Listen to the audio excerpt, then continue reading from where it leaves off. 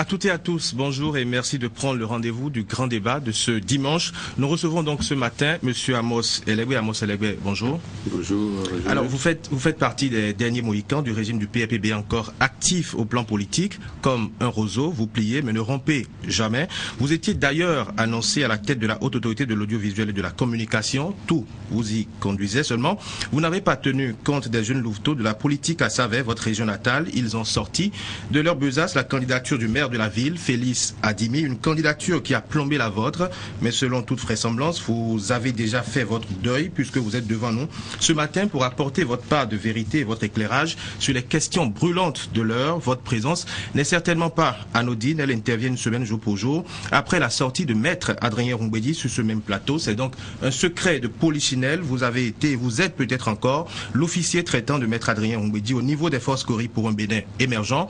Pour faire plus simple, vous étiez chargé d'infiltrer le PRD pour le compte de la mouvance présidentielle. Merci d'avoir choisi notre plateau. Cela rompt justement avec la monotonie et vous en conviendrez avec moi puisque vous avez habitué vos compatriotes au rendez-vous solitaire à la télévision nationale. Alors pour vous interroger ce matin, mon confrère Malik Seibou Gominan, il vous reviendra, d'accord Malik, d'envoyer les premières fléchettes et je vous vois déjà sortir votre carquois.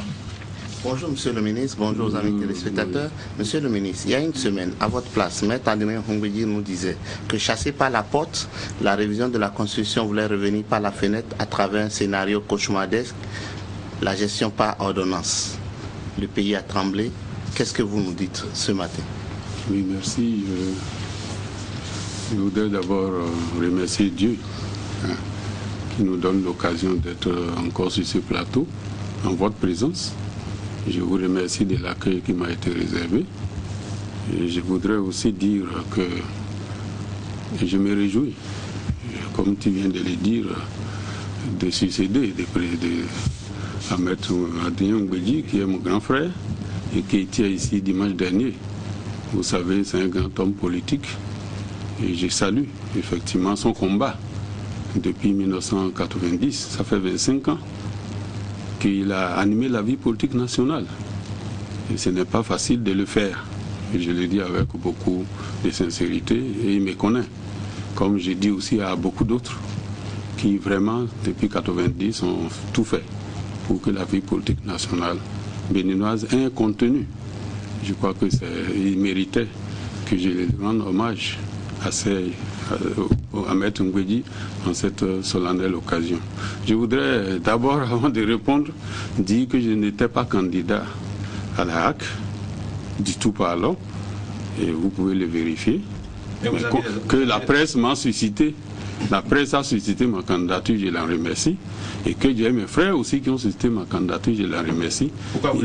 Il n'était pas question non plus que mes jeunes frères de Savès se sont arrangés pour que je ne sois pas là.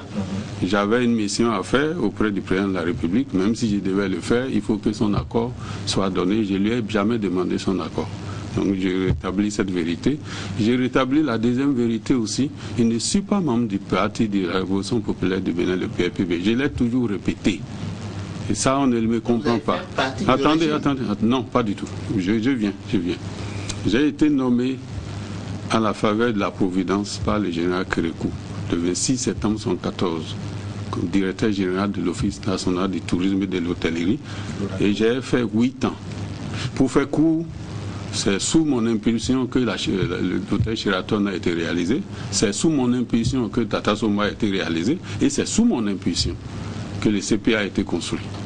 Je voudrais le dire parce que, vous comprenez bien, le 26 septembre 1914, le PRPB n'est pas né.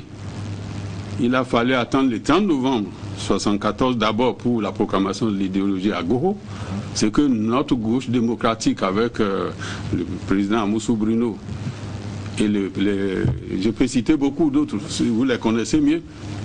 Le président Amoussou Bruno et notre équipe, on s'appelait à l'époque la gauche démocratique, nous avons combattu la proclamation de l'idéologie. Un an après, le PRPB sera né. Et en 1976, le président Kérékou a cru devoir nous réunir au camp Guézo pour nous demander d'adhérer. Je ne vais pas faire cette histoire. Pour nous demander d'adhérer au parti de la Révolution populaire du Bénin, nous avons dit non. Et nous étions prêts aussi, pour ceux qui étaient nommés comme moi dans les entreprises publiques, puisqu'il disait, vous ne pouvez, si vous n'êtes pas membre du PPB, vous ne resterez pas directeur général. On était prêt à partir, on n'avait rien à perdre. Moi, j'étais professeur d'université, qu'est-ce que j'avais à perdre? Au contraire, d'ailleurs, c'était mon salaire que je gardais. Je n'avais pas de salaire politique à l'époque. Bref, je n'ai jamais été, et du tout alors, membre du PPB. Et si je disais historiquement le contraire, je crois que c'est très grave par rapport à ceux qui ont créé le PPB et qui l'ont géré pendant 15 ans. Je n'étais pas dedans. Donc j'étais déjà directeur général avant, comme je cite le président, le grand frère d'Assundou Gédion, qui était directeur général de la Sonicop bien avant. Et nous avons, je crois, le président Kérékois cru devoir voir en nous des gens qui étaient capables de gérer, qui avaient des compétences pour gérer un secteur de l'activité. Et j'ai porté ça jusqu'en 1984, avant ma démission. Plus tard, j'ai été à la CERO où j'ai repris ce que j'ai appris à l'université, l'urbanisme. Et c'est là qu'on a créé la CERO, qui est là aujourd'hui et qui est devenue CERO maintenant, agence. Agence, ou bien comment nous l'appelons déjà, une MOD, une maîtrise de devoir déléguée. Plus tard, j'ai créé aussi la GETUR, que mon frère Coty a géré parce que j'étais élu à l'Assemblée nationale en 1991, sinon je prenais cette place-là. C'est pas grave, c'était l'histoire, mais il fallait rétablir cela. Je n'ai jamais eu un deuil, je ne le souhaite même pas. Il n'y a aucun deuil pour moi en politique. La politique, pour moi, je l'ai toujours dit, ce n'est pas une religion pour moi, ni une idéologie. La politique est une technique, on en parlera. La politique n'est pas une idéologie ni une religion. Moi, je suis un chrétien. Si je dis qu'elle est une idéologie, une religion, je perds ma qualité d'enfant de Dieu. Et ça, je sais qu'un enfant de Dieu aussi peut animer la vie politique nationale. Et je crois à ça fermement. Alors, si je reviens à la question de notre frère, du président Malik, si ce n'est pas là que vous voulez qu'on commence, il n'y a aucun problème. Mais je pense que j'ai compris ce que j'ai compris.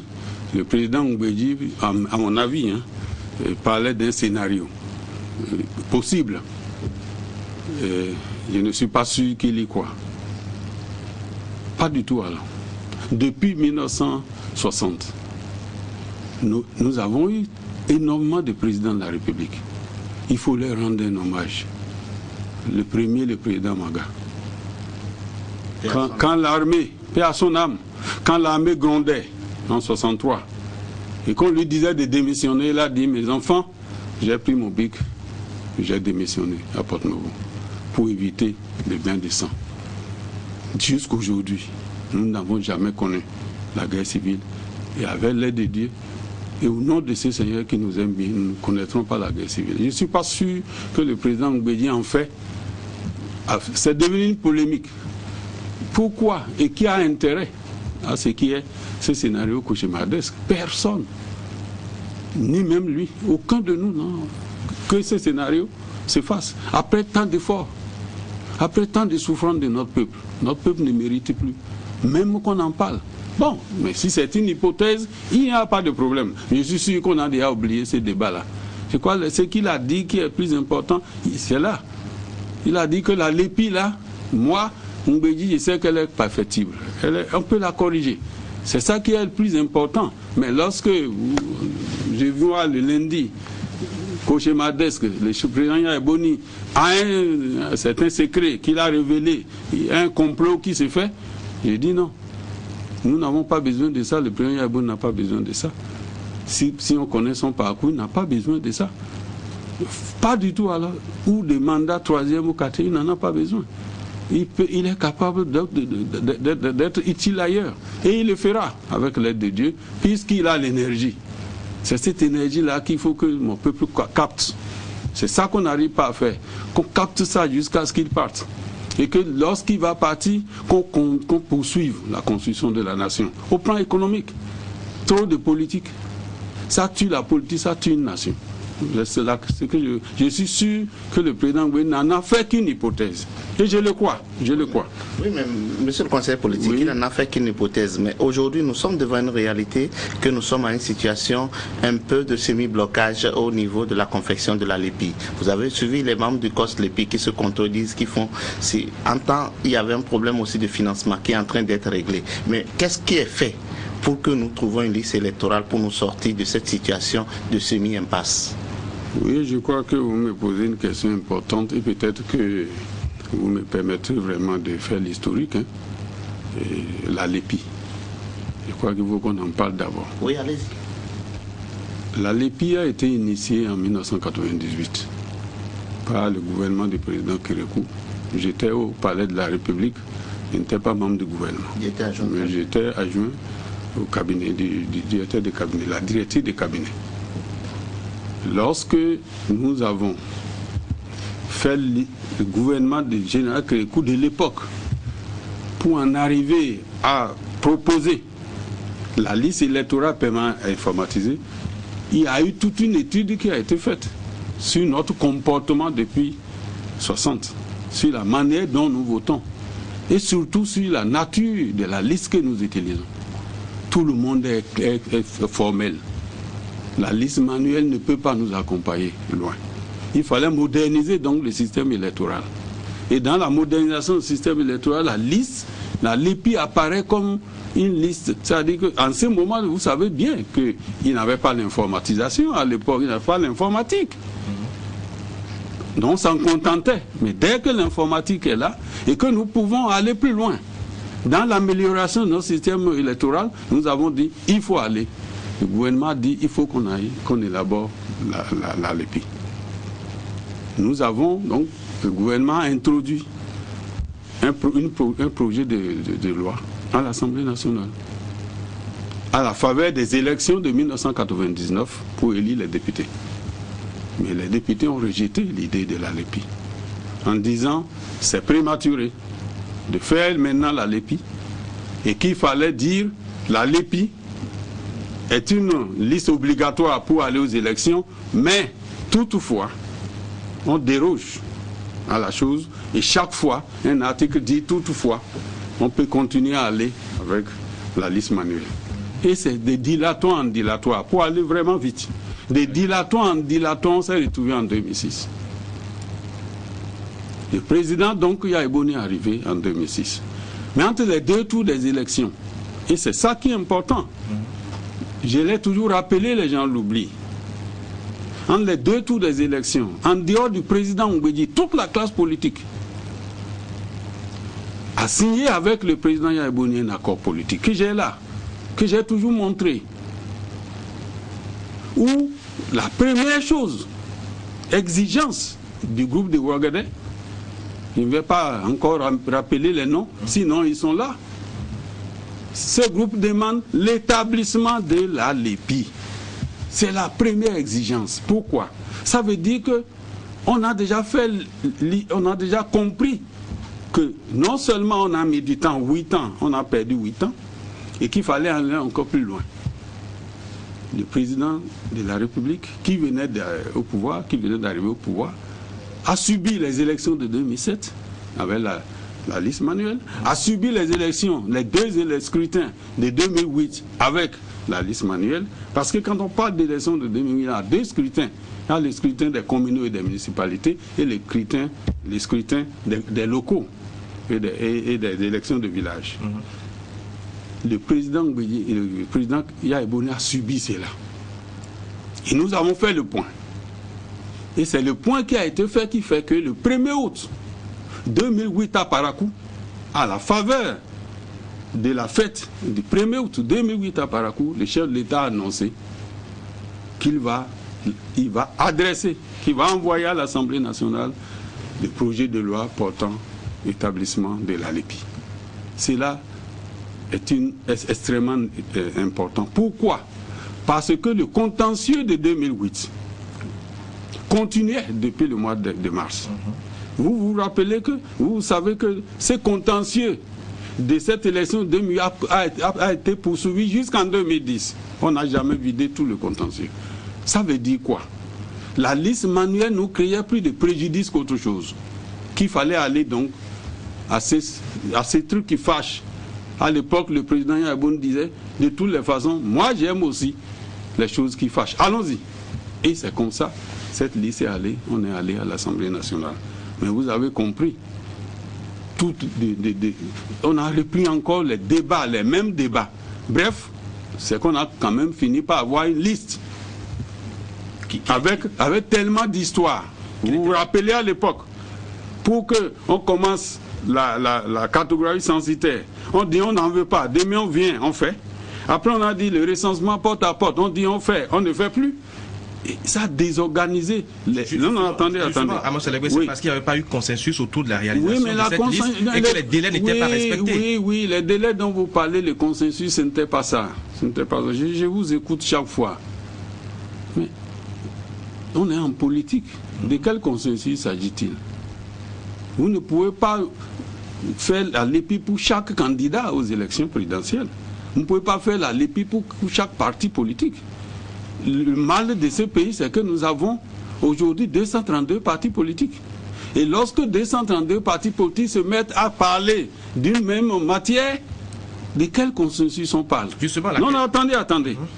Mais il n'en demeure pas moins que ce consensus a été bien trouvé lorsque 2 ou 3 grandes réunions ont été faites au palais de la présidence de la République en présence du chef de l'État d'une part et nous, c'est-à-dire les partis politiques, et en présence du chef de l'État des partis politiques et les PTF d'autre part. Nous avons fini par dire allons-y. Ça, ce que je dis là est vrai. Maintenant, les résultats. Les résultats, bon, mais je continue de dire, Dieu même a dit, ni aucun de vous n'est juste ni parfait. Vous savez, l'œuvre de nos mains là ne peut pas être parfaite. C'est sauf l'œuvre de Dieu qui est parfaite. Je me rappelle des États-Unis, entre les résultats des élections, je ne sais pas de quelle année, entre le président Bush et le président Al Gore. Vous parlez de la Floride. On a été obligé de recompter à la main et de laisser l'épi. La plus grande puissante technologie du monde.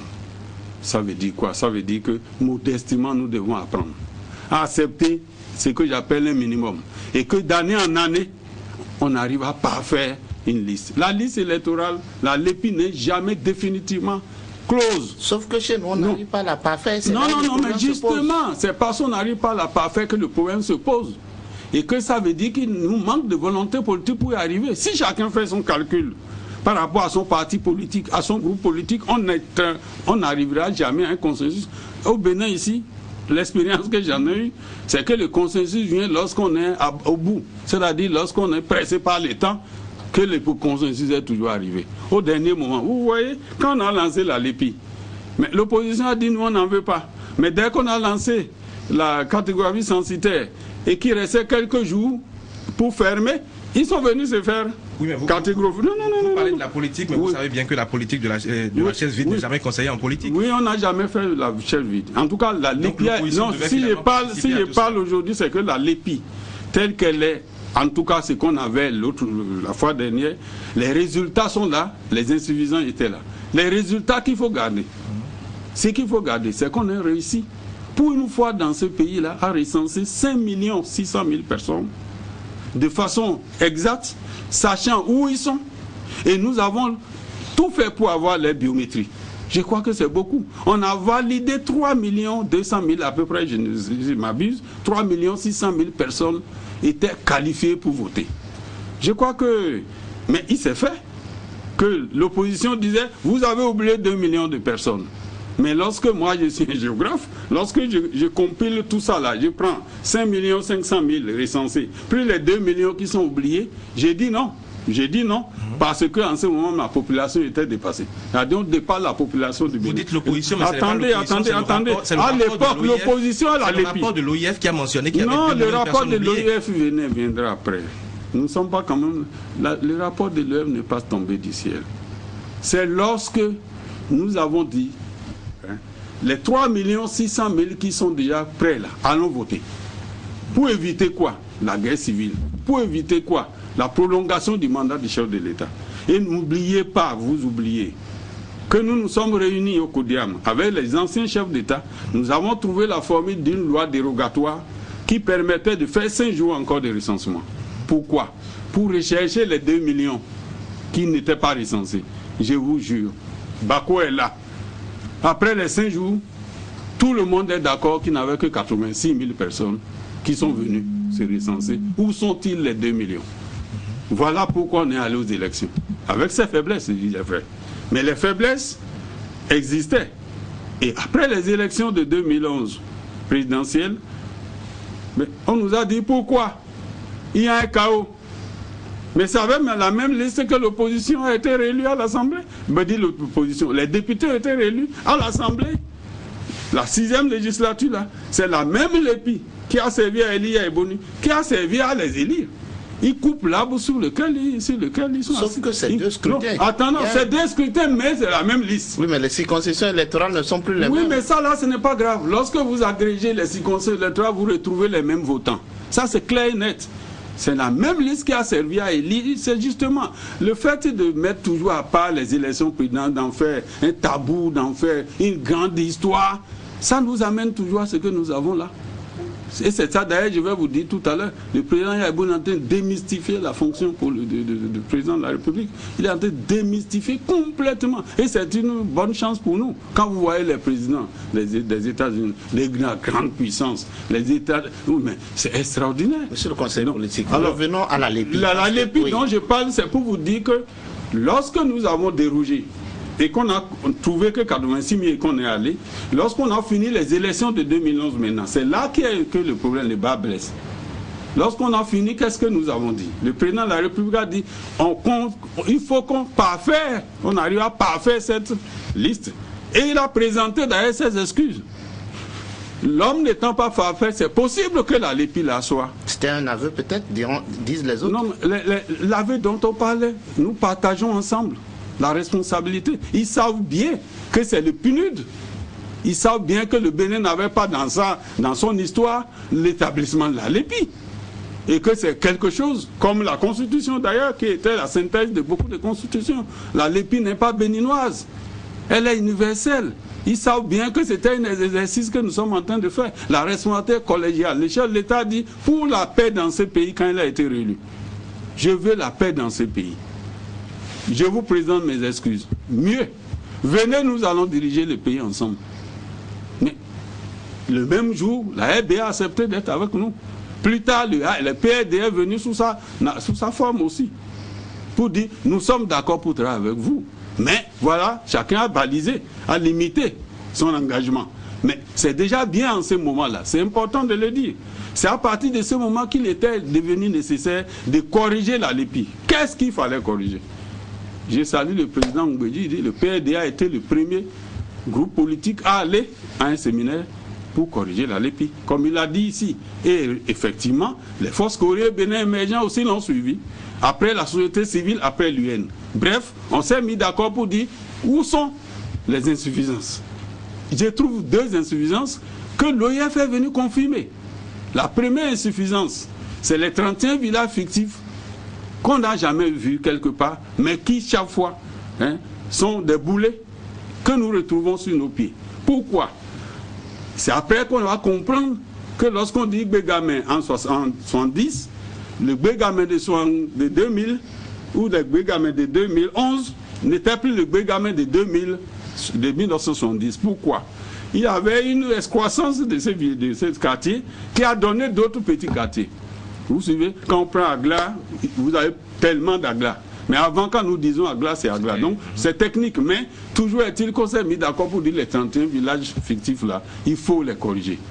Deuxième chose, 200 000 personnes se sont retrouvées, effectivement, exclues. Comme a dit l'OIF. Exclues, pourquoi? Ce sont des gens qui n'ont jamais été recensés. Où est-ce qu'ils étaient, je n'en sais rien. Ni à la catégorie censitaire, ni au recensement porte-à-porte, ni à la biométrie. Il y a ceux-là. Il y a ceux qui ont été recensés, mais leur nom n'a pas figuré sur les listes. Et puis enfin, il y avait ceux qui ont été recensés, pas témoignage, qui n'ont pas fait le nom. Il y avait ceux qui étaient recensés, effectivement, mais on n'a pas retrouvé leurs données biométriques. Il fallait corriger ça. C'est pour cela que la correction de la LEPI est devenue une nécessité. Et je remercie les députés qui ont dit, bon, quand cela ne tienne, on va corriger. Mais c'est de ces deux corrections fondamentales qu'il fallait faire. Mais les honorables députés ont estimé qu'il fallait reprendre le processus. Et c'est ce que nous vivons aujourd'hui. Mais ils ont mis un an. Ça, c'est vraiment... Et c'est pourquoi quand on dit Yaïboun ne veut pas des élections, il fait ceci, je suis étonné. Ils ont mis un an à chercher la LEPI qui nous a servi a fait les élections de 2011, 2 élections, et qui lui a permis d'être réélu. Ils ont dit la LEPI n'existe pas. Mais c'était grave. Et donc, il fallait rechercher cette LEPI-là. On a mis 1 an à la rechercher. Et je raconte l'histoire d'un secrétaire général d'une centrale syndicale qui a dit, moi, mon nom s'est retrouvé à Dassa ou à Savé là-bas. Moi, je ne me suis pas retrouvé là-dedans, je n'ai même pas voté. Mais comme ils disent, tout le monde dit ça. On a dit, bon, allez visiter le centre national de traitement et peut-être que vous allez trouver votre LEPI là. Et toutes les forces politiques sont allées sur le terrain. Avec le PNUD, qu'est-ce qu'on a fait? On a retrouvé cette LEPI et on a dit, le secrétaire général qui a dit ça, tapez son nom. Authentique. On tape son nom, il a voté chez lui. Donc ça veut dire qu'il y avait comme une mauvaise foi. Pour compléter, je vous dirais à Diohou, pour ne pas faire la langue de bois. Alors, c'est-à-dire que mon problème de fond, c'est que si nous voulons tuer, c'est-à-dire quand on accuse les chiens de rage, c'est ça le problème de fond. On ne voulait pas de la LEPI en réalité. Monsieur le conseil politique, aujourd'hui, nous n'accusons personne. Qu'est-ce que nous faisons pour quitter cette situation? Ce que nous faisons, c'est que nous avons mis 1 an pour expliquer, 1 an pour établir, pour savoir que la LEPI existe. Et en ce moment-là, on s'est mis d'accord pour dire, bon, les députés sont pour dire, on va prendre la loi, d'abord le code électoral, après nous allons prendre maintenant une loi pour organiser la correction de la LEPI, ce qui a donné le cours LEPI. Le cours LEPI a un mérite, et je crois que le président Ngouilly a souligné, il y a une parité. On a mis 4 mois aussi à régler la question de la parité. Bref, on a mis 1 an et demi à tourner en rond à partir de 2011, alors qu'on savait qu'en 2013, on irait aux élections. Finalement, on n'a pas pu aller aux élections. Les députés, souverainement, la Constitution leur en donne le droit de dire on proroge le mandat des maires, mais des élus locaux. Mais jusqu'à ce jour, jusqu'à quand on arrête ça? C'est le problème de fond, ça. Maintenant, le cause LEPI tel qu'il est aujourd'hui. Mais le président Ngouilly a déjà dit l'essentiel. On peut corriger. Elle est perfectible. Et comme je viens de le dire, d'année en année, les générations qui vont venir vont corriger cette LEPI-là, vont l'améliorer. Ça, c'est évident pour faire mieux. Et je dis, donc, aujourd'hui, là, la crise de confiance qui existe entre les membres de la LEPI, moi, l'Assemblée nationale est interpellée. Oui, mais c'est l'Assemblée nationale peut-être, mais vous aussi. Parce que au niveau des coris, par exemple, lorsqu'il s'est agi de désigner, et que vous désignez 2 honorables députés, qui ont une crise de leadership parce qu'ils sont de la même circonscription électorale. Aujourd'hui, on l'a vu. Quand vous prenez l'honorable Sakalafia et l'honorable Chabisika, vous avez vu le spectacle qu'ils offrent aujourd'hui. Et où l'un vient contester l'autre. Ils sont tous de la même famille politique, ils ont tous...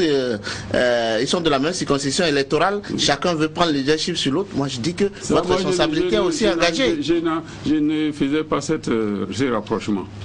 Que les deux sont de la même circonscription électorale, c'est vrai. Mais je t'ai fait aussi remarquer que l'électorat est tellement large dans cette circonscription qu'à tout moment, les deux vont être élus, il n'y a pas de problème. Je pense que vous vont faire un peu d'erreur. Ce n'est pas parce que nous sommes de l'Alliance Force Kouri pour un Bénin émergent que nous devons dire Amen pour tout ce que nous sortons. Vous savez, le Parti socialiste français, comme le parti de la droite en France, mais c'est des différents courants. Et vous suivez ça. Mais laissez aussi qu'on ait des différentes approches. Et ces approches différentes, sur les questions essentielles. Qu'est-ce que Sabishika a expliqué? Il a expliqué que, et je crois que c'est ce que nous appelons l'obligation de compte rendu. Qu'est-ce que Chabisika a dit? Si je vous ai dit il y a 1 an qu'on ne pourra pas avoir cette affaire-là avant 1 an, puis on nous disait, vous l'aurez avant 1 an, il a dit non, pas en 2013. On a dit non. On a dit en novembre, on l'aura. En tout cas, on a dit juin, après novembre. Mais lui dit aujourd'hui, ce n'est pas une question d'argent. Et c'est là que je les remercie parce que je me rends compte que la caisse de cause LEPI était fournie de 746 millions, mais ce n'est pas rien. Et qu'on pouvait continuer à travailler. Mais les contradictions internes dont ils parlent ont fait qu'ils n'ont pas pu démarrer. Moi, je pense que le président Chabisika, Sakalafia, je le remercie bien. Et en disant ceci, mais on avait 2 milliards à payer, on n'avait que 740 millions. Mais moi, je pense qu'on pouvait quand même payer comme nous l'avons toujours fait. Je ne leur donne pas de leçons, mais comme nous l'avons toujours fait, on paye un département, après on paye d'autres départements quand même. Le Bénin est grand. je suis sûr que lorsqu'on procède comme ça, on avance. Mais si on attend, je n'ai jamais vu dans ce pays, depuis que je suis là et que j'ai été au gouvernement 2 ou 3 fois, qu'un projet où on dit 9 milliards, c'est le Bénin qui finance, on va vous remettre la caisse avec 9 milliards.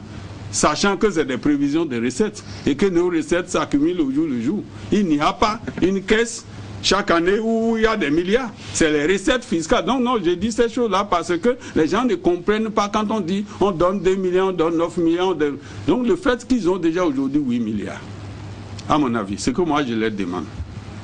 Franchement, ce que je leur demande, pour que cette crise-là finisse, le temps que l'Assemblée nationale règle ça, puisque c'est l'Assemblée nationale qui les a élus, c'est l'Assemblée nationale qui a mis en place le COSLEPI. Le gouvernement n'a jamais été impliqué dans cette affaire-là. Et nous n'avons jamais été impliqués, mais ça ne nous gêne pas, puisque les pouvoirs sont bien séparés, nous respectons cela. Mais il faut que le président, le COSLEPI, affiche désormais, à mon avis, rendre public. Ça, c'est ce que je leur propose. Le chronogramme des tâches à faire, des opérations qui restent à faire, et que le peuple prenne ça à témoin, qu'on communique plus qu'avant, et que l'utilisation qui sera faite chaque fois des ressources qui sont mises à leur disposition soit transparente, mais il n'y aura plus de problème. Et moi, je sais qu'on va y arriver. Parce que le président Sakha Lafia a dit, de toutes les façons, le 30 novembre, c'est possible qu'on vous donne la LEPI. Il faut l'aider. Si les moyens non, les moyens sont déjà là, ils ont 2 milliards 700 millions. Il ne reste, si je les prends au mot, c'est le budget de 2 milliards, de 10 milliards, 10 milliards. De 13, on est passé à 10 milliards, ils acceptent ça. Si c'est ça, si c'est ça qu'ils ont accepté, je suis d'accord avec eux. Tu vois, mais il reste 1,5 milliard aujourd'hui. On trouvera avant novembre prochain les 1,5 milliard qui reste. Monsieur Amos, et là, avec les 10 milliards, monsieur Jean, oui, avec les 10 milliards, je suis sûr que nous aurons la LEPI. C'est ce que je veux dire. Même si on a un retard encore d'1 mois, et que c'est fin décembre que nous avons la LEPI, je suis sûr que le Béninois est capable, avec son génie, de rattraper le temps, même en décembre prochain. Monsieur Amos, on dirait que c'est pratiquement la dernière minute que le gouvernement se réveille. Vous demandez, vous venez de dire tout à l'heure qu'il faut que le COSLEPI rende public son chronogramme, alors que ce chronogramme a été rendu public depuis des mois. Voilà qui n'est pas tenu, mon cher. Mais pourquoi le chronogramme n'est pas le gouvernement qui fait le chronogramme. Le COSLEPI est autonome. Pourquoi est-ce que le gouvernement ne suit pas le calendrier du COSLEPI? Non, ce n'est pas le gouvernement qui suit. Ce n'est pas le gouvernement qui suit. Vous n'avez pas compris.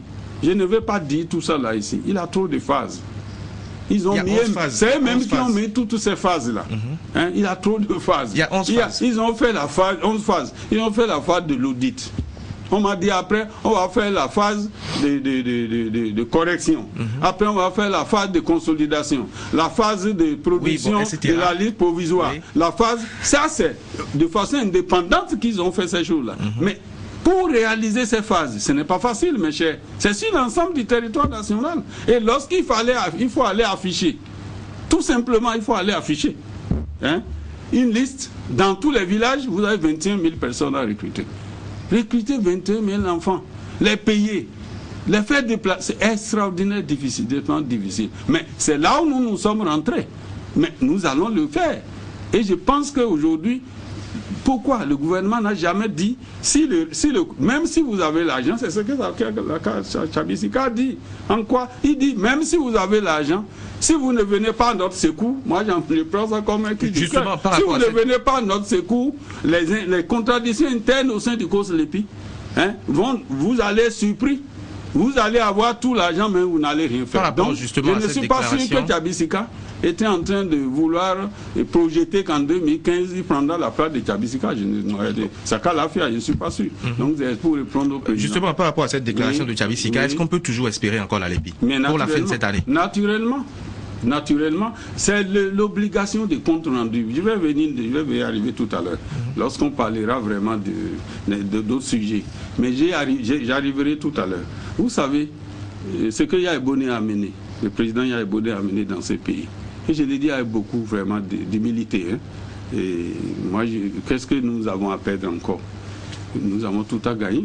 Le Bénin nous a tout donné. Mais je voudrais vous dire, le chef de l'État croit fermement que la bonne gouvernance passe par un certain nombre de principes. le principe de l'obligation des résultats. C'est-à-dire, il faut à tout prix qu'il y ait une valeur ajoutée à ce que nous faisons.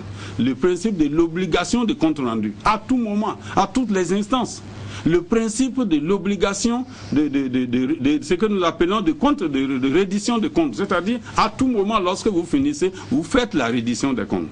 C'est ça qu'on appelle l'audit, c'est ça le contrôle de gestion, ainsi de suite. Mais depuis qu'il est là, c'est ce que nous faisons.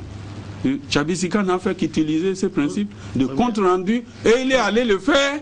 Monsieur au niveau nous allons évoluer, mais avez-vous l'impression que ces mots que vous venez de citer, ce ne sont pas des mots MOTS? Est-ce que vous avez l'impression que dans la gouvernance au quotidien, on respecte tout cela et pourquoi la situation ne change pas? Bien sûr, non.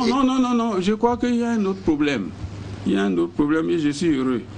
Moi, je suis professeur de fonction. J'ai quand même fait 33 ans à CA à l'université. Je connais un peu, vous me permettez ça, la culture des Béninois. Les Béninois veulent toujours la transparence, mais ils veulent en même temps l'obscurité. C'est notre nature. C'est-à-dire, le Béninois te dit, mets-toi devant. On va en guerre, mets-toi devant.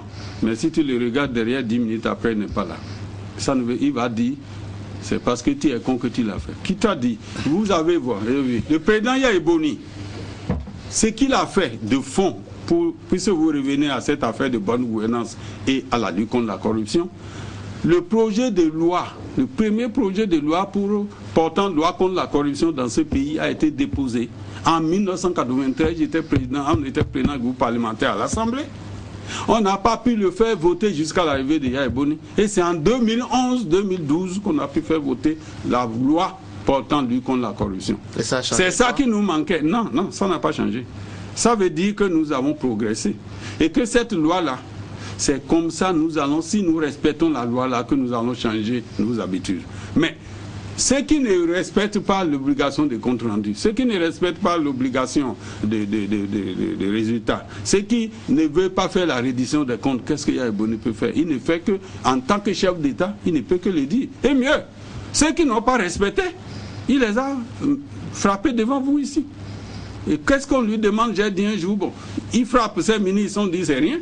Ses frères sont en prison, on dit c'est rien. Bon, je dis, bon, il reste que qu'il frappe sa maman qui est déjà décédée. Bref, monsieur en tout cas, politique, moi, ça va, on va y arriver. C'est C'est pour dire que la loi contre la corruption était déjà un pas.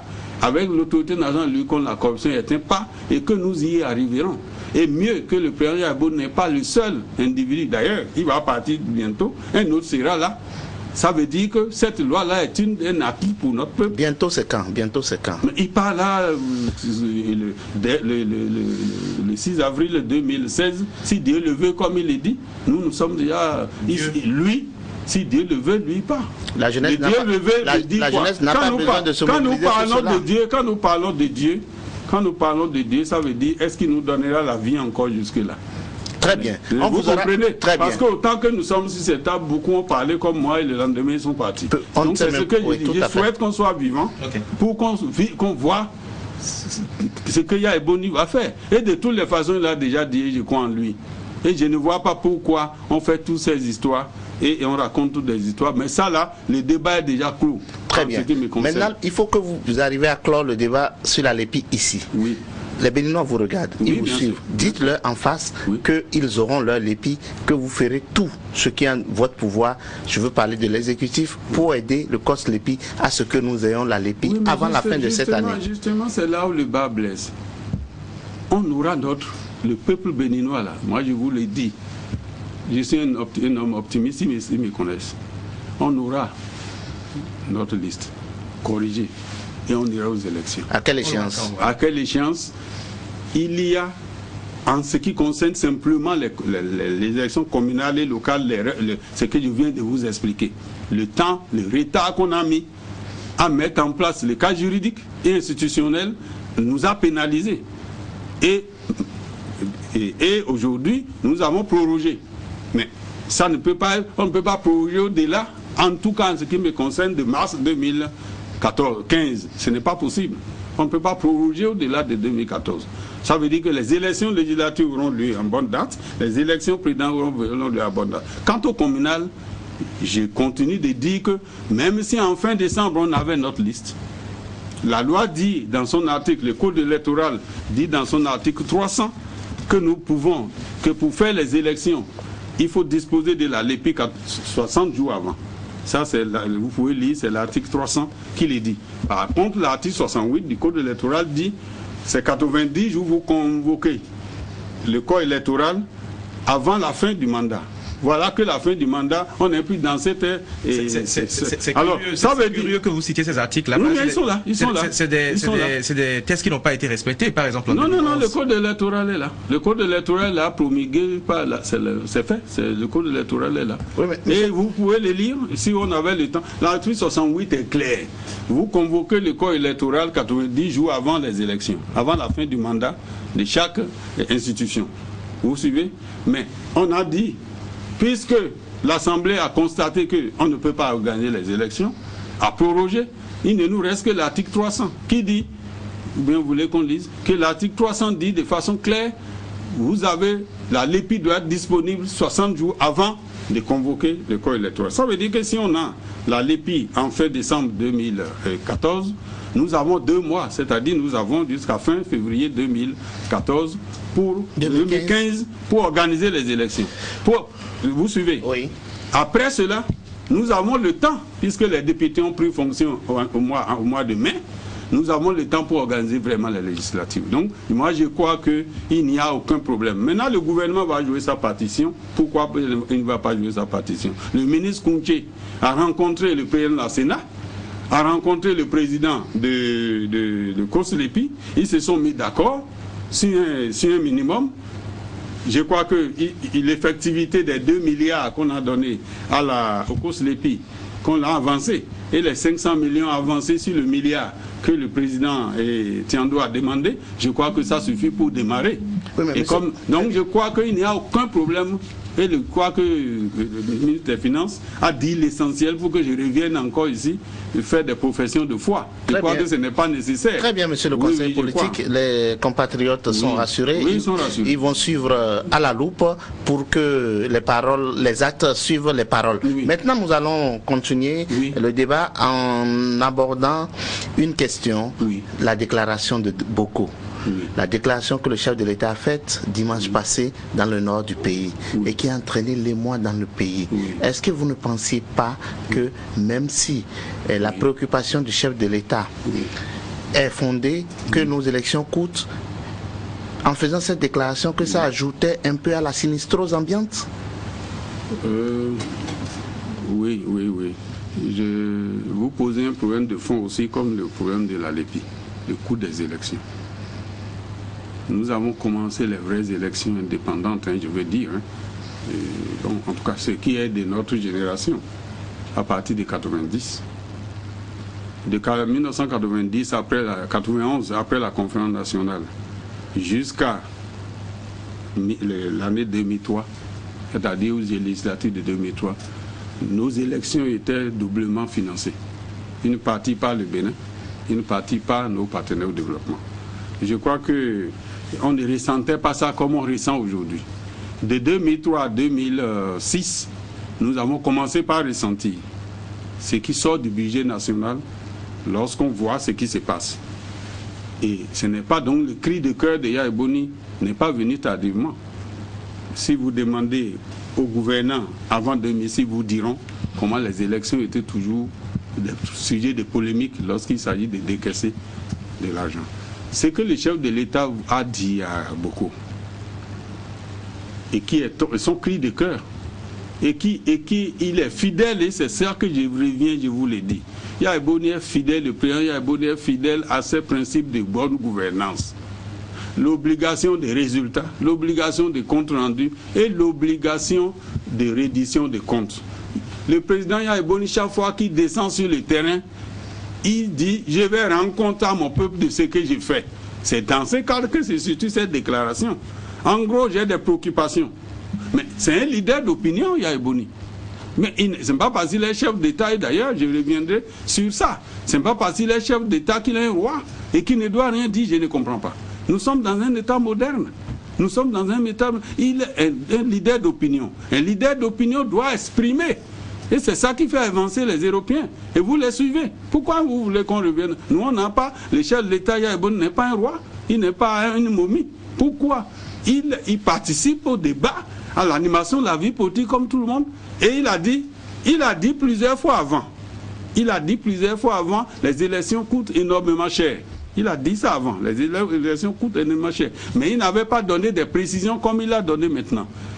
Et il n'a jamais dit, et j'ai le journal ici, je ne sais pas si vous voulez encore qu'on revienne sur ça, les déclarations du chef de l'État. Il n'a jamais dit qu'il ne va pas organiser les élections. Il a dit que les élections sont chères, tout simplement, et qu'il est triste du fait qu'on consacre tant d'argent à faire des élections. C'est ce qu'il a dit. C'est quatre vérités qu'il a dit. C'est tout. Il n'a pas dit, il n'a jamais dit nulle part. Il dit, écoute, excessivement cher. Tenez, depuis 2006, moi, je suis venu aux affaires, nous avons dépensé plus de 100 milliards. Et c'est ce qu'il a dit. Justement, je suis triste pour mon pays. Vous dites, non, je viens. Vous dites qu'il n'a jamais dit qu'il n'allait pas. Il n'a pas dit ça. Il n'a pas dit ça. Mais vous devez savoir que la parole du chef est sacrée et qu'il ne doit pas parler pour le plaisir. Alors il n'a pas parlé. Pourquoi est-ce que c'est un moment, Monsieur Elegbé, laissez-moi terminer ma question. Pourquoi est-ce que c'est un moment aussi stratégique qu'il avance une déclaration? C'est vous qui trouvez que c'est ça. Le moment est stratégique parce que ça fait pratiquement 2 ans qu'on n'a pas fait des élections et qu'il y a d'autres élections qui viennent qu'on n'arrive pas à les organiser. Donc pourquoi est-ce que c'est un moment stratégique? Pourquoi est-ce que c'est un moment aussi stratégique qu'il décide de nous sortir une phrase ou de nous dire quelque chose qui était aussi banal, une évidence d'ailleurs que les observateurs, tout observateur béninois maîtrisaient et que les partenaires techniques et financiers également maîtrisaient? Ça a dit, la parole du chef est sacrée.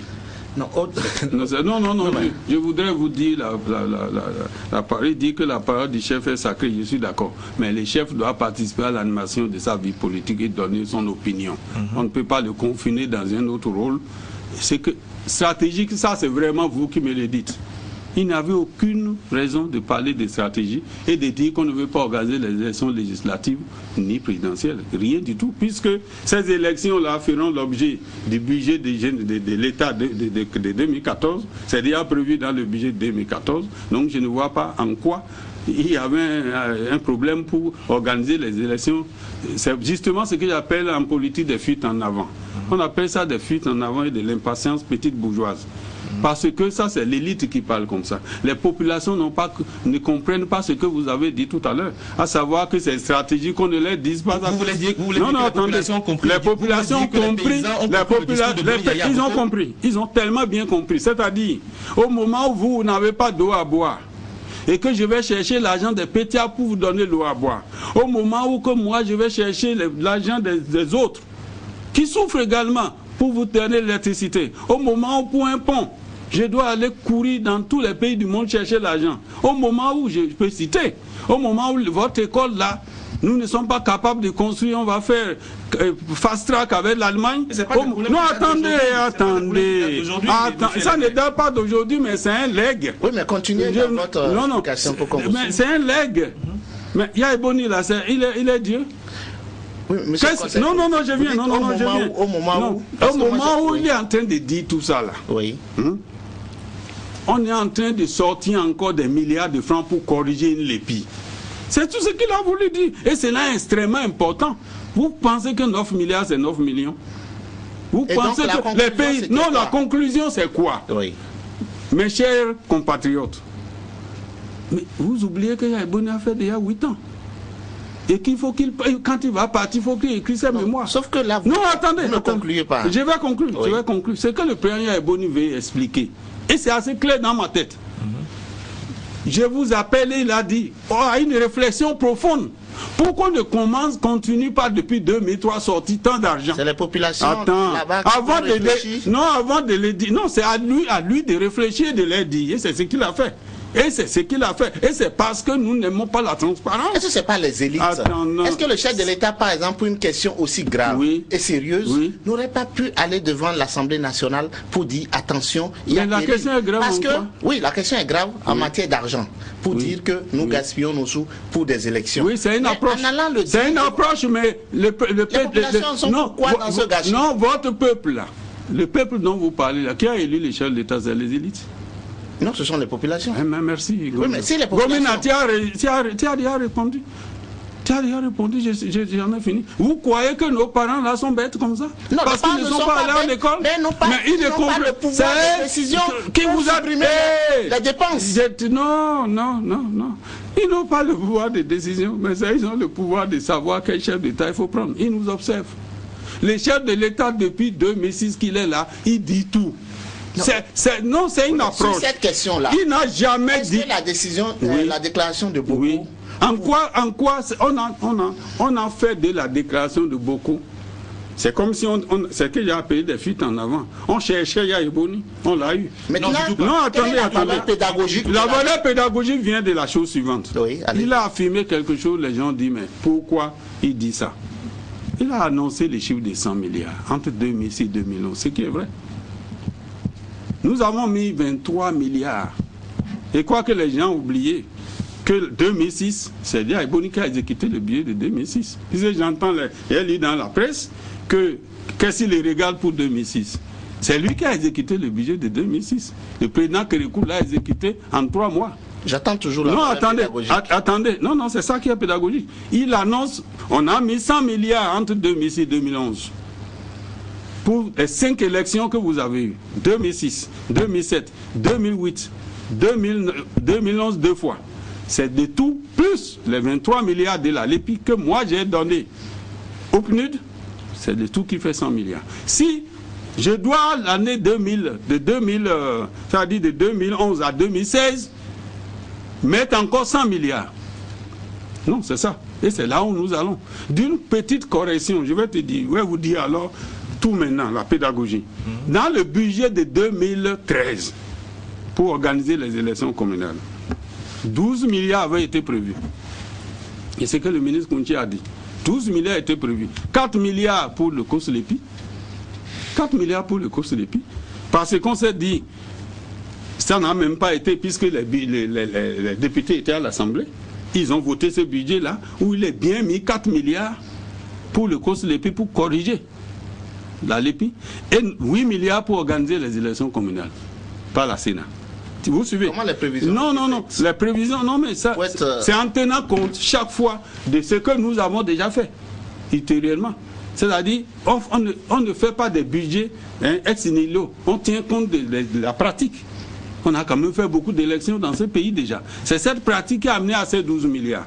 Mais lorsque la première note que le COSLEPI sort, après qu'on est prêt, juridiquement, institutionnellement, et que le COSLEPI dit, Monsieur le Président, c'est 13 milliards, l'écart entre les 13 milliards et les 9 milliards, ça fait rougir.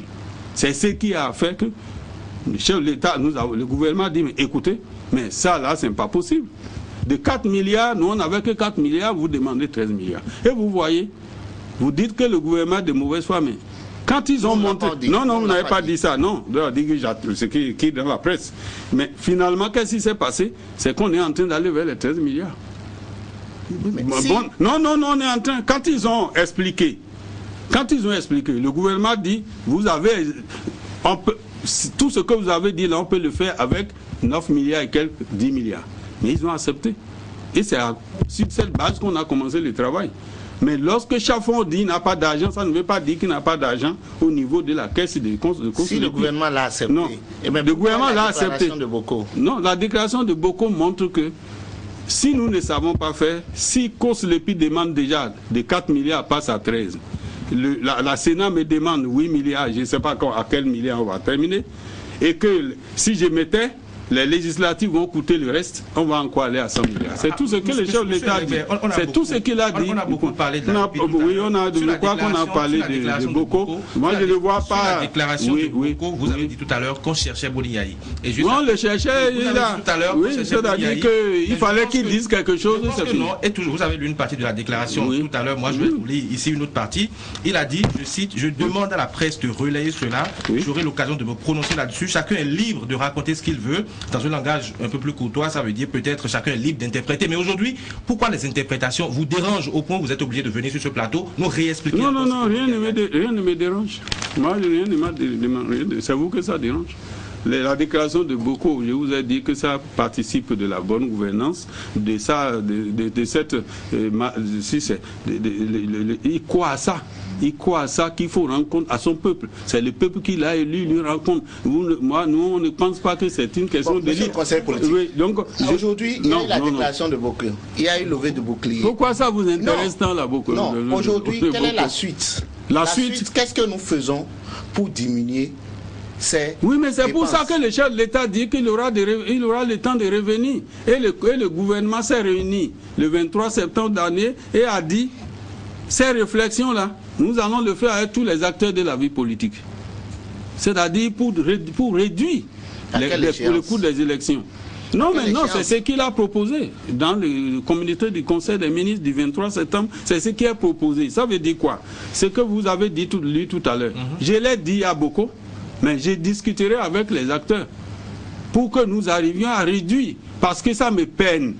Lorsque ça me peine que vous n'ayez pas d'eau à boire, ça me peine que vous n'ayez pas XY et que nous prenons tas d'argent. Ce n'est pas dans ce... C'est quand même curieux de mélanger tout cela. On ne mélange rien. On ne mélange rien.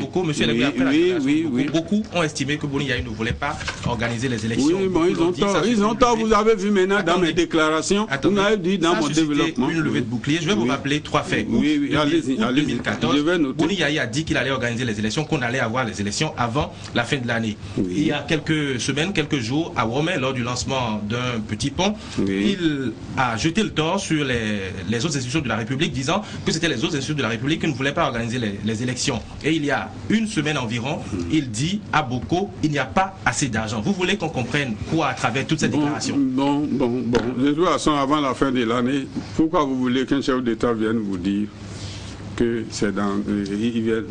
lorsque le cours Lépi nous a affirmé, hein, que je vais vous remettre la liste électorale à telle date, les chefs de l'État, ils ont bien dit qu'ils vont nous remettre ça, je crois, j'ai oublié si c'est septembre.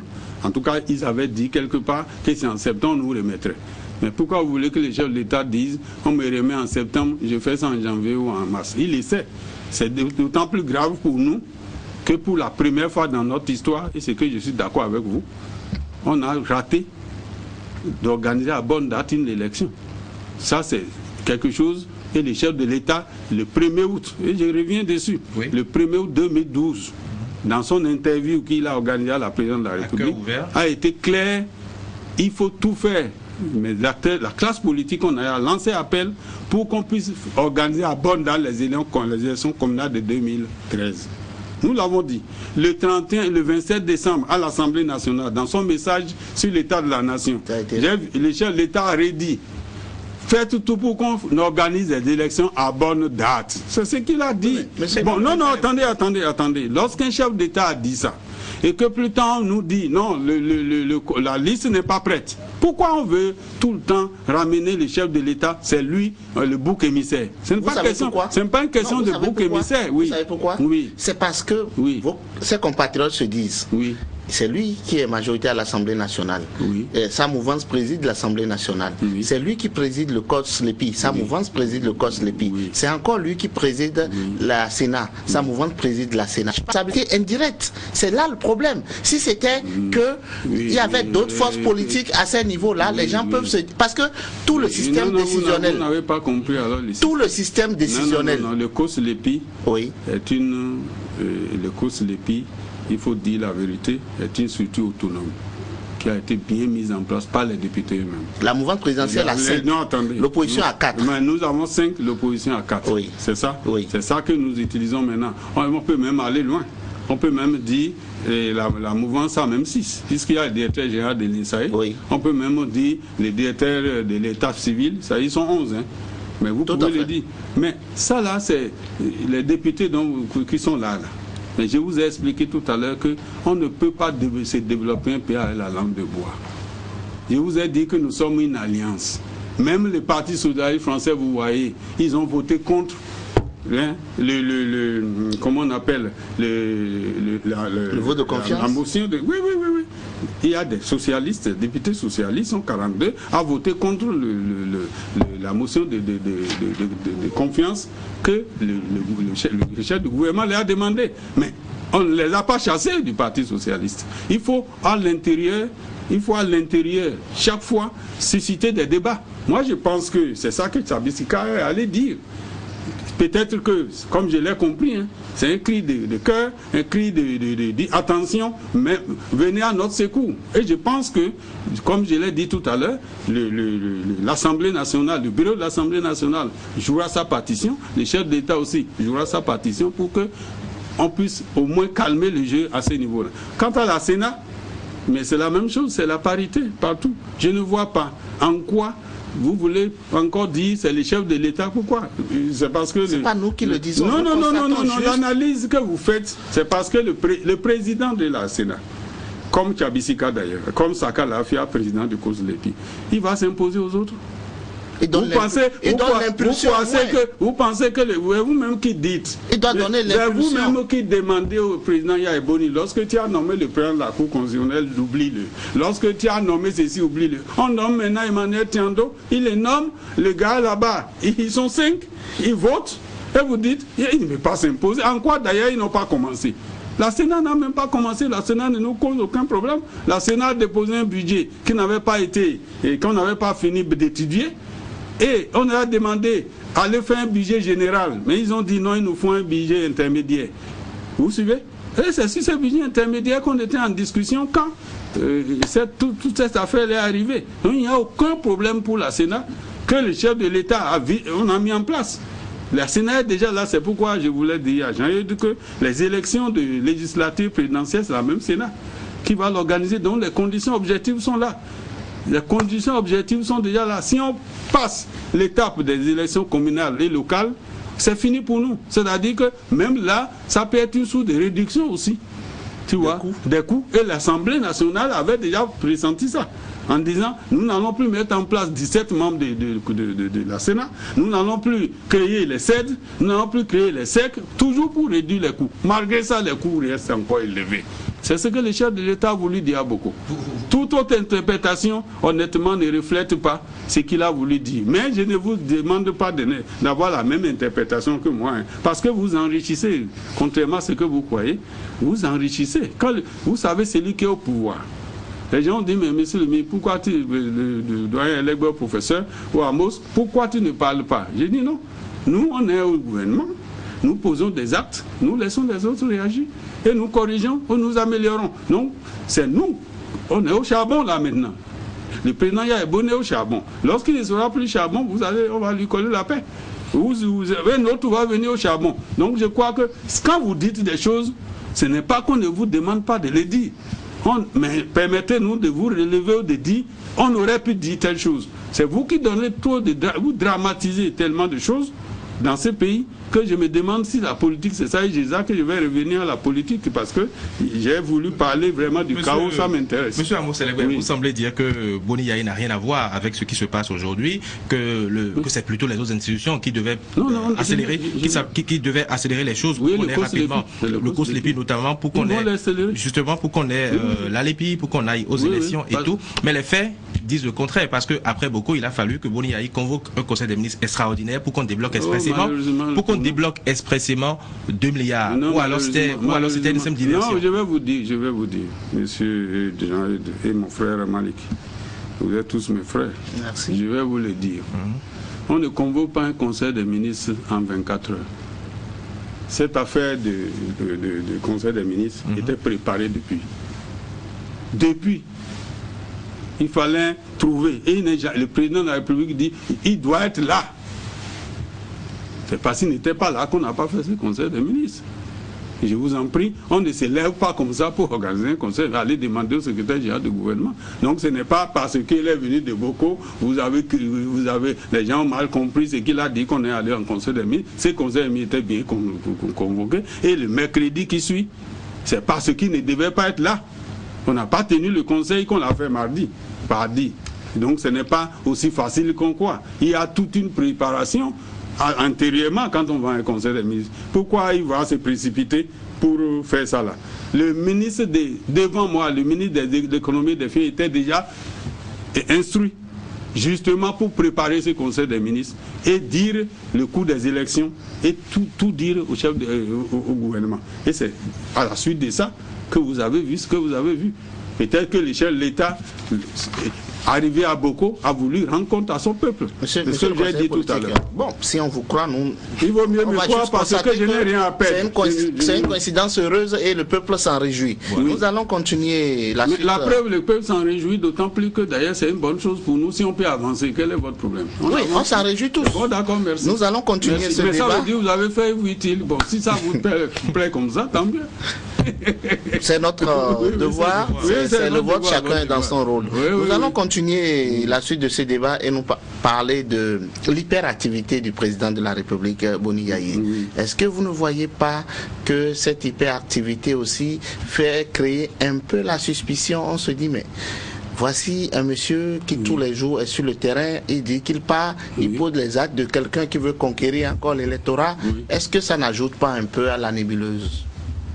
Non, je crois que je l'ai dit tout à l'heure et je le redis. Il y a 3 raisons qui expliquent son hyperactivité. Et je suis d'accord avec lui. Le président Yaye Boni, et je l'ai dit à mon peuple, un chef d'État est élu par les urnes au suffrage universel. Il n'est pas l'héritier d'un trône. Yaye Boni, le président Yaye Boni, comme le président Kérékou, comme les autres présidents Soglo, je cite que ceux qui sont là, et le président Zissou, paix à l'âme des autres, n'ont jamais, ce n'est pas des rois. Ça, c'est la première chose. Le roi ne sort pas de son palais sans sa cour. Il faut non, attendez, non, les rois qui sortent, ça c'est pas. Justement, vous voulez nous ramener au roi d'antérieur. Ou d'ailleurs, il ne voit même pas le jour. Le président Yaye Boni n'a pas été élu honnêtement pour rester au palais, le quartier au palais de la République. Je ne suis pas sûr. Ça, c'est le premier élément en ce qui concerne ça. Le président de la République, Yaye Boni, je vous ai dit tout à l'heure, est tellement fidèle à son principe de bonne gouvernance, c'est-à-dire rendre compte à son peuple à tout moment. Faire la reddition des comptes à tout moment. Les descentes qu'il fait sur le terrain traduisent sa fidélité à ces principes-là. Ce n'est rien d'autre. Et si on le connaît, ceux qui le connaissaient savent bien qu'à la Banque Ouest Africaine de Développement, il n'a jamais, c'est de la même manière qu'il fonctionnait, en courant d'une capitale à une autre, parmi les 8 pays de l'UMOA. Il a toujours fait. Et si Dieu lui a donné cette énergie, il faut mieux plutôt que nous on en profite. Qu'on prie pour lui, pour qu'il garde cette façon. Moi, je ne peux pas le faire. Moi, je dis la vérité. Et je crois que ça fait peur d'ailleurs au prochain, au prétendant. Parce que, mais qu'est-ce que ça vous gêne qu'il aille devant le peuple qu'il a élu? Il n'est pas roi. En plus, le dernier élément qui est maintenant juridique, et qui est vraiment important, je vous l'ai dit, et pédagogique, c'est que le président Yaye Boni est le chef du gouvernement. Contrairement à la France ou à certains pays où tu as le président de la République à part et le chef du gouvernement à part. Même en France, que je prends la France parce que c'est ces pays-là qu'on connaît le mieux. Mais lorsque va sur le terrain, le chef du gouvernement, le premier ministre va sur le terrain, ça n'empêche pas l'homme d'être sur le terrain.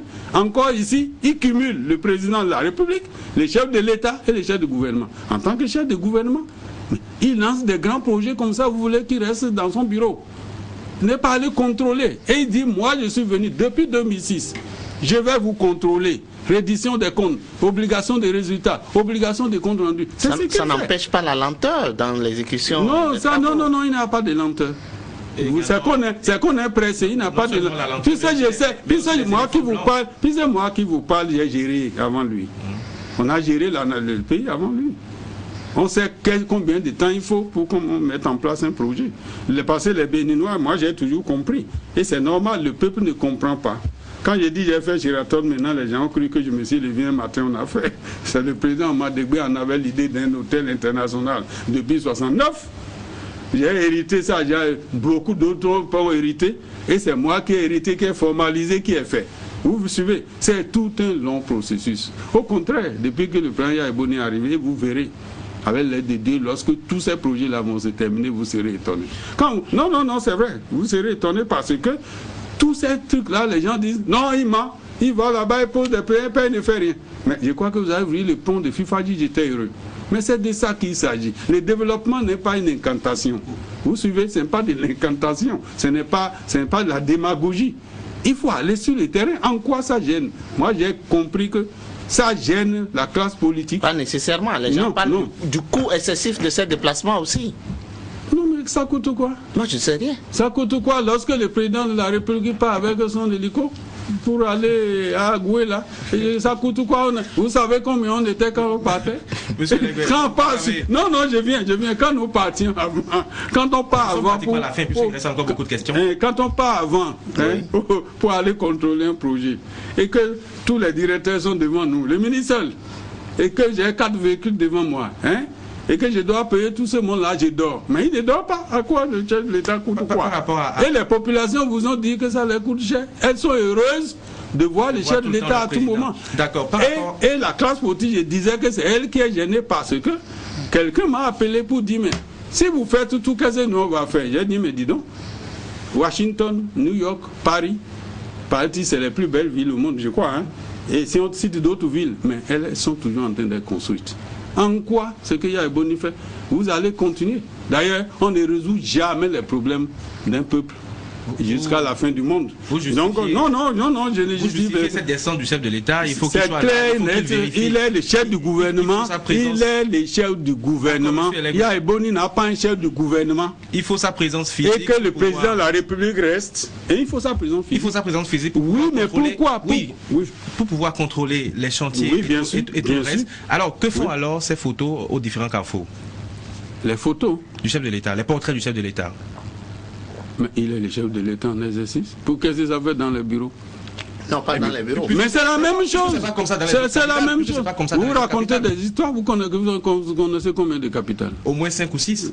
Et vous êtes ici, si vous allez à Kinshasa, vous allez au Togo, vous ne voyez pas la photo. Vous ne voyez pas. Non, je prends les petits pays, les pays entre nous.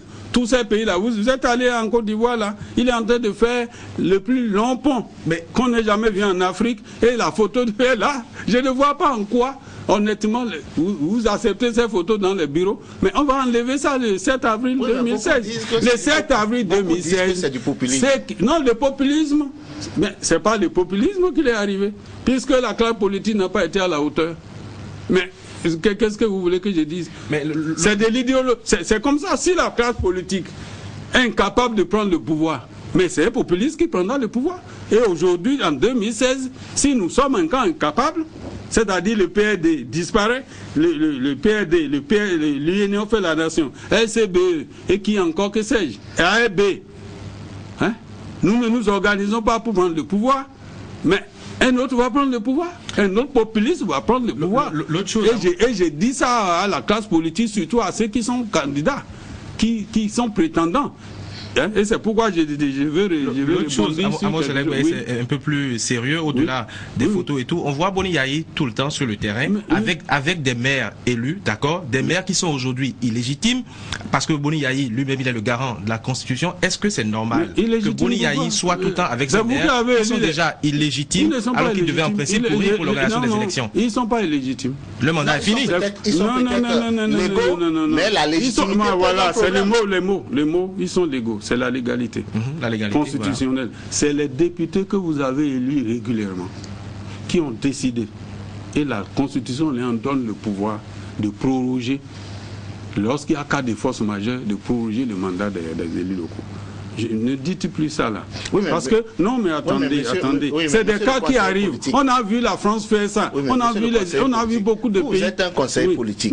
Dites-moi, quelle image vous voulez que les populations aient lorsque nos maires laissent leur commune et vont organiser soi-disant des marches pour dire qu'ils soutiennent telle initiative, ils condamnent telle autre chose? Est-ce que le maire n'est pas un élu local qui devait s'occuper, ne serait-ce que du bien-être des populations de sa localité et s'en contenter? Oui, mais ça là, je vais vous le dire. Le président Yaïboun n'a pas élu les maires. Ce n'est pas lui qui a élu les maires. On ne les a pas nommés. Parce que vous faites trop de confusion. Le peuple, les populations qui ont élu les maires n'ont qu'à exercer leur contrôle citoyen. C'est vous. Si ça ne gêne pas les populations qui les ont élus, quel est mon problème? C'est vous qui le dites. Moi, ce n'est pas Yaïbouni. Je crois qu'on fait trop de confusion. On donne trop de pouvoir au chef de l'État. Mais les maires ont été élus, ne sont pas des idiots. On avait 46 maires avant.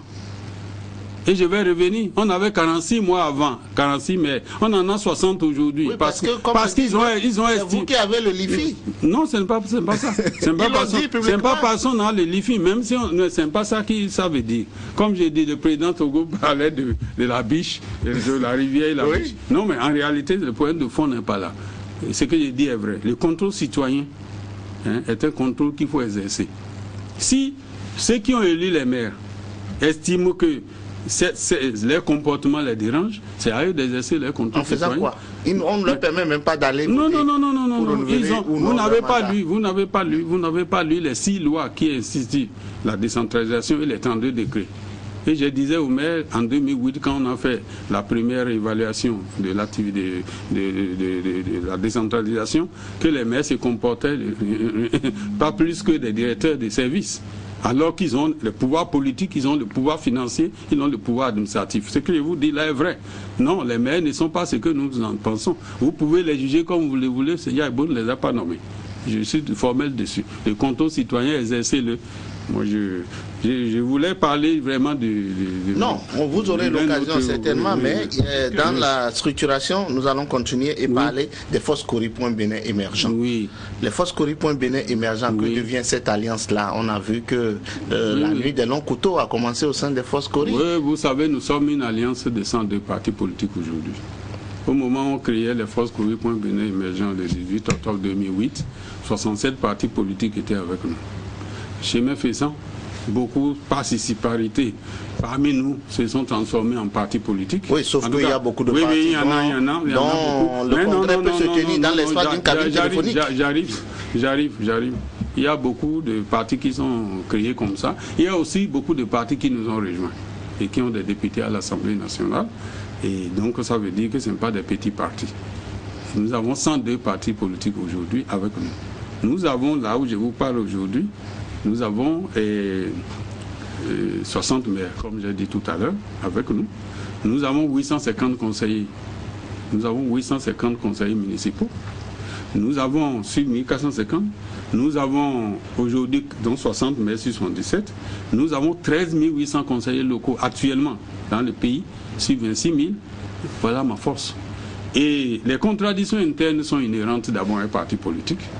Encore moins, comme vous avez dit, je vous ai suivi bien dimanche dernier. Les contradictions internes dans un parti politique sont déjà énormes, mais vous voyez que ce n'est pas facile de gérer les embellis, de gérer plutôt les alliances. Donc nous avons 102 partis qui sont dans une alliance. Ce n'est pas aussi aisé de les gérer. Mais lorsque le moment viendra, nous allons nous saisir comme toujours et nous allons gagner les élections. C'est ça, nous allons nous préparer pour les élections. Donc nous n'avons pas vraiment d'état d'âme pour cela. Maintenant, les ambitions dont vous parlez, mais écoutez, chacun est libre d'avoir une ambition. La seule chose que moi, en tant que, je ne parle pas au nom de la coordination SCB, je ne parle pas au nom du chef de l'État, je parle en tant qu'éducateur, en tant que politicien aussi.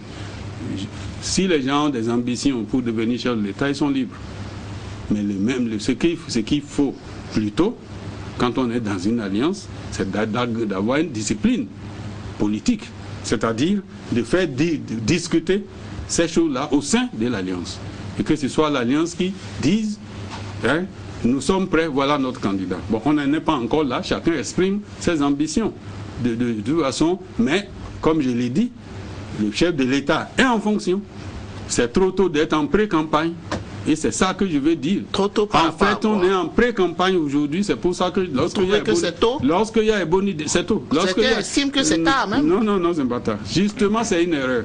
Lorsque un chef d'État est là, il est en exercice, en fonction, et qu'on est à 2 ans ou 18 mois plutôt du terme de son mandat, et qu'on passe tout le temps honnêtement être en pré-campagne, ce que ça donne, c'est ce que vous avez là. C'est-à-dire, lorsqu'il y a Ebony, ce qu'il disait tout à l'heure, on l'attendait. Lorsque le chef de l'État qui est là, vous faites qu'on est en pré-campagne, tout ce qu'il déclare, en même temps, c'est de la propagande. Oui, et c'est ça qui fait. Mais monsieur le conseiller politique, non, moi, si le chef de l'État, lui, il est tous les jours sur le terrain, et que vous estimez que les autres ne doivent pas rentrer en pré-campagne, après, ce serait comme si c'est celui que lui veut. Non, ils n'ont qu'à aller en campagne.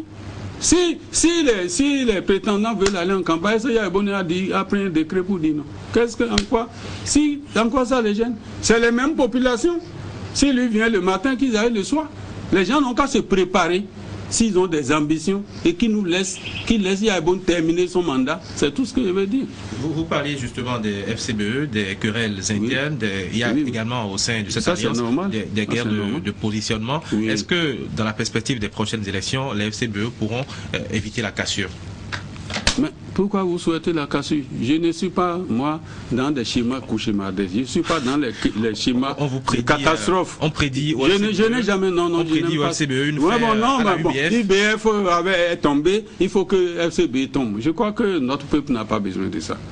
Et comme je disais vraiment à certains leaders politiques, nous devons lutter pour maintenir le PRD, nous devons lutter pour maintenir la RB, nous devons lutter pour maintenir l'UN et nous devons lutter pour maintenir les forces Kuripo Bénin émergentes. Parce que, en simplifiant ainsi le paysage politique national, nous faisons un pas. C'est une avancée notable pour notre pays.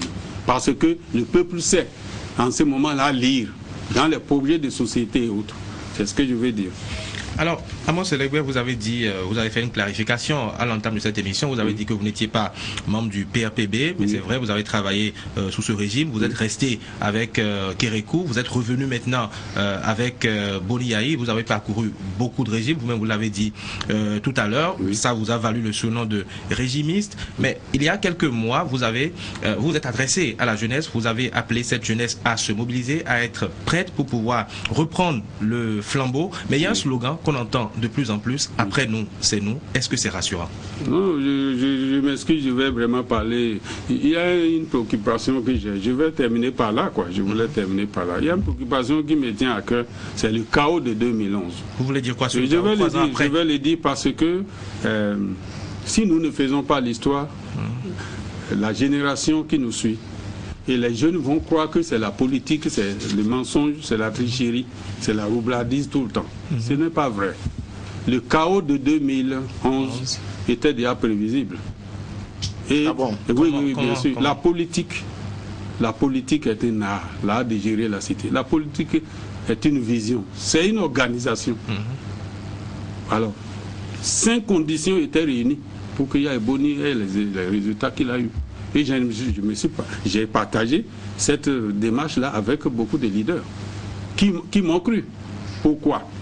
Je vous ai dit tout à l'heure, et c'est un point extrêmement important, le président Yaya Boni est le seul candidat qui avait un projet de société. L'Union fait la nation également avait un projet. Non. L'Union fait la nation n'a pas de projet de société. Et je regrette, l'Union fait la nation avait fait ce qu'ils appellent projet de société n'était que la déclaration d'investiture le 14 janvier 2011. C'était plutôt des extraits. Non.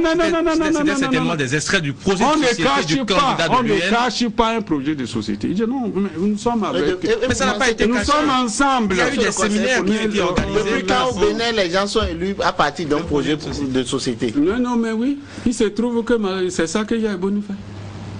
Si vous voulez vous parler de réformes économiques et politiques, je vais vous dire tout ce qu'on a fait là, c'est là.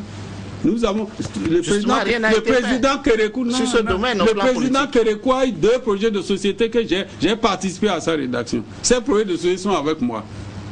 Pourquoi vous dites qu'on n'a jamais été élu par un projet de société? Oui, mais c'est pas vrai. Depuis 90, non, on met en application justement parce que vous ne lisez pas. Oui, mais dites-nous. C'est projet de société. Alors, le président Yaya Boni avait un projet de société. Et ce projet de société est là. En 2006. Oui. En 2011. En 2006, en 2011, c'est 2011 ça. En route pour un Bénin nouveau, je vous montre ça tout le temps. Très bien. Et je demande aux autres de venir vous montrer. Ils savent ce que c'est un projet de société. Bon, en tout cas, Yaya Boni avait un projet de société. C'est le premier point. Le deuxième point, l'organisation politique pour les élections. Je vous ai dit tout à l'heure ce que j'avais comme force politique. Je ne vais pas revenir. On appelle ça le rapport de force. Le rapport de force politique était en ma faveur. Lorsque j'ai 46 maires sur 77, lorsque j'ai 800 conseillers locaux communaux sur 1050, lorsque j'ai près de 14 000 conseillers locaux sur 26 000, quand même, j'étais prêt. Et mieux, je me suis organisé, j'ai 100 cellules de campagne que j'ai mises en place. L'UN en a mis 12. Et même on dit que c'est provisoire. Mieux, j'ai constaté. Et vous le savez bien, le président Gbedji lui-même est venu vous le dire ici même sur le même plateau, en 2012. Mes alliés m'ont trahi. Mes alliés m'ont spolié. Mes alliés n'ont pas fait campagne pour moi. Pourquoi vous voulez qu'on mente? C'est le candidat, Mbedi lui-même. Non, attendez. Jean-Edouard, c'est lui-même. C'est lui-même. Je ne l'ai pas, on n'a pas demandé les aveux à notre challenger. À l'époque, les compagnons de Mbedi sont passés encore ici. Non, mais que les déclarations de Mbedi ils ont refusé n'engageaient que lui. Je vous suis bien. On vous suit bien. Ils ont dit on ne veut pas se débattre. Pourquoi dire aujourd'hui que Mbedi a été clair? Pourquoi dire aujourd'hui que les alliés ne l'ont pas soutenu alors qu'on sait qu'il y a une équipe de campagne? Non, mais allez lui répondre. Il était là, il fallait faire ce débat avec lui. Alors qu'il y a eu une équipe de campagne, il y a eu des contributeurs. Jean-Eudes, oui. Vous n'étiez pas candidat. Tout comme vous d'ailleurs. Non, laissez-moi parler. Parce que vous n'étiez pas candidat non plus. Mais ce que vous dites... Moi, je vais vous dire. Moi, j'ai dit les conditions objectives. Tout à fait. Vous venez de qui me permettaient de dire qu'on était déjà là. Très bien. Pour gagner. Oui. Et mieux, le président y a abonné à quelque chose que les autres n'ont pas. Au moins, vous pouvez accepter ça. Puis ça, vous n'avez pas accepté le projet de société. Vous n'avez pas accepté que j'avais une organisation politique, que le rapport de force était en ma faveur, alors qu'eux-mêmes, ils ont accepté. Et enfin, il y a abonné avec quelque chose qui n'a pas le bilan de son action. Oui. Les gens l'ont vu au pouvoir. Très bien. On a en 5 ans, il avait mobilisé 4 000 milliards qu'on a mis dans le pays. Monsieur le conseil politique, vous occupez une place de choix au plan politique. Non, je vous dis, le chaos. Quand vous le dites. Parce que pour le chaos, vous ne voulez pas. Voici ces arguments. Non, vous avez expliqué. Oui. Mais maintenant, moi, je vous demande. Oui, vous de pas. On vous a entendu. Non, c'est pour dire à la jeune génération. Le but, ce n'est pas de nous convaincre, c'est de convaincre les téléspectateurs. Mais je veux bien les convaincre, mais c'est vous qui êtes mes vis-à-vis. Vous ne me laissez pas dire. Non, vous l'avez dit. Vous l'avez dit. Maintenant, moi, je veux vous poser une question. La politique n'est pas des. Je veux vous poser une question. De par votre position là, on ne gagne pas les élections. Que le président Mbedi a dit que ses alliés n'ont pas battu. C'est lui-même qui a dit. C'est vrai, on en convient. Bon, d'accord, merci. Mais vous, de par votre position. Oui. S'il avait des alliés qui n'ont pas battu campagne pour lui, ça veut dire qu'il ne voulait pas qu'ils viennent au pouvoir. Que ces alliés-là ne voulaient pas que Mbedi gagne. Auquel cas... pourtant, ils étaient dans une union. Non. Peut-être de façade. Est-ce que ça veut dire... Est-ce que ça dit que vous aviez des gens qui étaient infiltrés au sein de l'Union fait la nation? Non. Et qui travaillaient pour votre compte? Moi, je ne voyais pas les choses comme ça. Moi, je n'ai jamais su. C'est à la télé ici, sur votre plateau, que j'ai suivi mon grand frère. Vous savez, on n'est pas des ennemis, on est ensemble. En ce moment-là, j'ai dit que quand le président Yaiboni a tendu la main, il fait partie de ceux qui ont aussi accepté sa main en disant nous on est dans l'opposition, je le remercie. J'ai dit non, j'ai dit la vérité puisqu'il participe à la paix. Tout ça participe à la paix. Moi je ne dis pas négativement ici, hein, mais quand même le président n'est pas un enfant, c'est lui qui a subi. C'est lui qui a souffert. Et c'est lui qui est venu dire ça. Qu'on a infiltré. Je n'ai pas besoin d'infiltrer qui que ce soit. On va infiltrer l'Union fait la nation pour faire quoi? Et vous avez vu d'ailleurs, le président Mbedi a bien raison. Parce que dès qu'on a tendu la main, la FBI est venue. Je ne dis pas que c'est mauvais. Pour ma nation, pour moi, c'est bien. Mais une union qui est aussi forte. C'est pourquoi je vous dis que les conditions de chaos étaient réunies. Et mieux, je vais vous dire quelque chose. Non, j'ai salué l'union, mais je disais le jour là, pourvu que ça dure. Donc c'était factice. Par rapport à mon expérience, pourvu que ça dure. Et je vais vous dire quelque chose qui va vous étonner. Le chaos là était inscrit. Les leaders politiques là savent très bien qu'avec les listes manuelles là, on n'a jamais voulu là. Les PAL, la même liste manuelle, ils ont été toujours battus. Le président Kérékou les a battus en plate couture en 2001, avec 46%. Ils étaient 17. Toujours à la liste manuelle. C'est pour conclure que ce n'est pas la liste manuelle ou la liste LEPI qui gagne. C'est l'organisation politique sur le terrain. C'est l'électorat. Et je voudrais dire vraiment aux jeunes politiciens, ceux qui veulent s'engager dans la politique, qu'on n'est pas politicien si on n'a pas un électorat. On n'est pas un politicien si on n'a pas un mandat électif. On n'a pas un politicien, on n'a pas un instrument de lutte qu'on appelle parti politique ou l'alliance des partis. Vous êtes politicien, mais depuis vous n'avez plus de mandat électif. Mais je n'ai pas besoin. Moi, j'ai déjà eu tout. Qu'est-ce que tu veux? Mais vous demeurez non, mais j'ai déjà fait. Vous ne pouvez pas me dire ce que j'ai déjà fait, tout ça là. J'ai remis mon parti aux jeunes. Ça avait en 2004. En 2004, j'ai remis ça au Badeni. Et je crois que vous voyez comment il travaille. Donc moi, j'ai déjà remis. Je me dis, à un moment donné, il faut que je me retire à mon âge et que je leur passe la main. Et je crois qu'ils font un bon travail et vous verrez, ils continueront de faire le travail. Nous sommes pratiquement à la fin de cette émission. Oui, vous avez merci. dit, vous allez conclure par rapport aux jeunes et à l'alternance, mais vous avez dit tout à l'heure, vous avez parlé des facteurs qui ont contribué au chaos, vous avez parlé du projet de société, du rapport de force et également du bilan de Boni Yahi, mais vous avez oublié qu'il y avait la LEPI et que c'est dans ces cafouillages qu'on est allé aux élections, ce qui a fait que le chef de l'État lui-même, le jour même de l'élection, a présenté ses excuses à tous ceux qui ont été oubliés, tous ceux qui n'ont pas pu voter ce jour-là, mais la LEPI était quand même un élément fondamental qui a permis de réaliser ce chaos. Donc vous pouvez conclure maintenant par rapport à la jeunesse. Répondant, j'ai dit tout à l'heure que même à la liste manuelle, ils seront battus. Ils seront battus avec cette organisation. Donc la question de la LEPI et autres, c'est pas ça. Moi, ma conclusion est simple. Hein, vraiment, je vous remercie de m'avoir permis de revenir vraiment m'expliquer à mon peuple. Et j'ai dit vraiment au terme vraiment de ce que je retiens au terme de cet entretien, c'est de dire vraiment à la nouvelle génération de politiciens, de dire vraiment à la jeunesse que la politique est un art. L'art de gérer la cité. Que la politique implique, suppose qu'on a une vision. Que la politique suppose qu'on a un instrument de lutte. Que la politique suppose qu'on a une organisation politique. Et que les élections, ce n'est pas des injures. Les élections, ce n'est pas des incantations. Ce n'est pas l'irrespect de l'autorité. C'est l'humilité, c'est l'amour de la patrie. C'est ça qui est le plus important. C'est le travail bien fait. C'est le respect de la République, c'est le respect de l'autre. Les Béninois doivent se respecter. Et que ceux qui ont des ambitions s'organisent en conséquence. Je terminerai tout simplement en disant que le président Yahi Boni vous souhaite vraiment, il m'a demandé de vous souhaiter un bon dimanche. Et mieux, de vous dire que d'avoir foi en cette nation. Merci beaucoup, monsieur cette le conseil. Nation qui est notre bien commun et notre patrie commune. Merci beaucoup, monsieur le conseil. Merci beaucoup, monsieur le conseiller politique. Oui. Vous dites-le lorsque vous retournerez à la présidence de la République que vous êtes venu sur le plateau de Canal 3 avec des journalistes qui ne vous passaient pas les mots. Il y a eu débat, il y a eu échange et vous avez essayé de convaincre. Il y a eu contradiction et que donc il est possible que vous fassiez passer vos idées même avec la contradiction. Vivement que le débat politique revienne dans notre pays, ça nous manque. Merci aux uns et aux autres. Je suis à votre disposition. Bonsoir chez vous. Chaque fois que vous m'appelez, je serai là. Merci beaucoup. Je serai heureux de partager mon expérience. Et pour des débats contradictoires aussi. Tout le temps. Merci. Je suis toujours prêt. Bonsoir chez vous. Et ça, je suis prêt. Merci.